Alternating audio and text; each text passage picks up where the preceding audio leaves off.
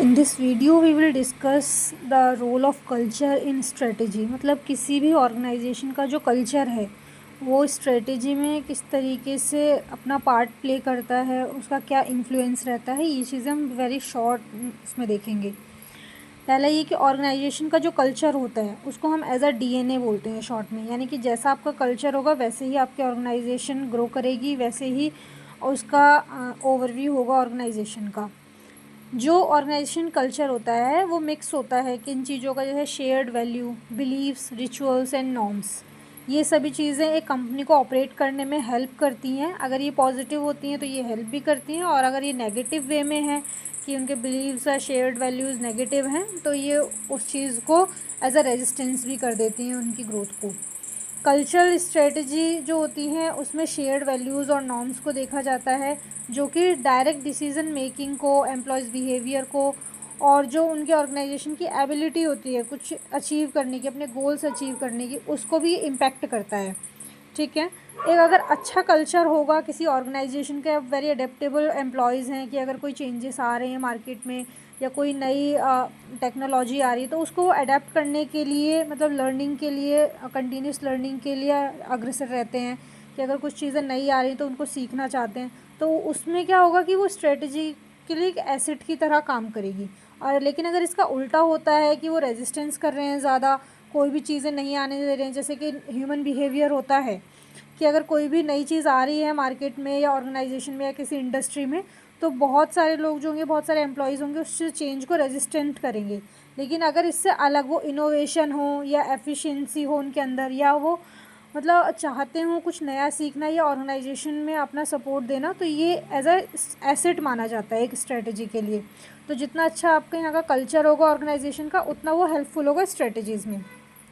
पहला ये होता है कि जब हम एसेट मानते हैं तो एक पॉइंट हम ये देखते हैं कि जो भी हमारे स्ट्रेटेजिक गोल्स होंगे, ठीक है, तो वो अलाइनमेंट कैसे होगी उनकी। जो हमारे जो अलाइनमेंट किया जाता है हमारे स्ट्रेटेजिक गोल का कल्चर के साथ, वो कैसे होगा। अगर स्ट्रॉन्ग और एडेप्टिव कल्चर है, यानी कि कुछ भी नया आ रहा है उसे अडेप्ट करने की कोशिश की जा रही है एम्प्लॉयज़ के द्वारा, आपके डिविजन्स के द्वारा, तो उसमें क्या होता है कि वो आपकी स्ट्रेटजी को सपोर्ट करेंगे। ठीक है। उसी तरीके से कल्चर के डाइवर्स रोल भी होते हैं। फॉरवर्ड थिंकिंग होनी चाहिए आपके स्टाफ की, आगे की सोचनी चाहिए उन्हें, अपना डेवलपमेंट, पर्सनल डेवलपमेंट भी और अपने ऑर्गेनाइजेशन का डेवलपमेंट भी सोचना चाहिए। इससे क्या होता है कि ओवरऑल ऑर्गेनाइजेशन का डेवलपमेंट तो होगा, मार्केट में उनकी एक वैल्यू भी बनी रहेगी। कि इसमें दूसरा ये है कि कल्चर एंड स्ट्रेटेजिक चेंज। इसमें ये होता है कि जब हम कोई नई स्ट्रेटजीज़ ला रहे हैं या पुरानी स्ट्रेटजीज़ को ख़त्म करके कुछ नया इम्प्लीमेंट कर रहे हैं, तो उसमें हमारा कल्चर भी चेंज होता है। तो आपको कोशिश करनी है कि एक स्मूथ ट्रांजिशन हो। अगर कोई रेजिस्टेंस कर रहा है तो उसके साथ हम क्लियर कम्युनिकेशन करें और उनको बताएं, उनको ट्रेनिंग दें, सपोर्ट दें, ताकि वो जो नई हम स्ट्रेटजीज़ अप्लाई कर रहे हैं उसके अकॉर्डिंग हमारा कल्चर भी शिफ्ट हो। ठीक है। इसमें न्यू स्ट्रेटजीज़ जितनी भी आती हैं ये वेल नोन है कि जब कोई नई स्ट्रेटजी आती है तो कल्चर में उसका प्रभाव ज़रूर पड़ता है।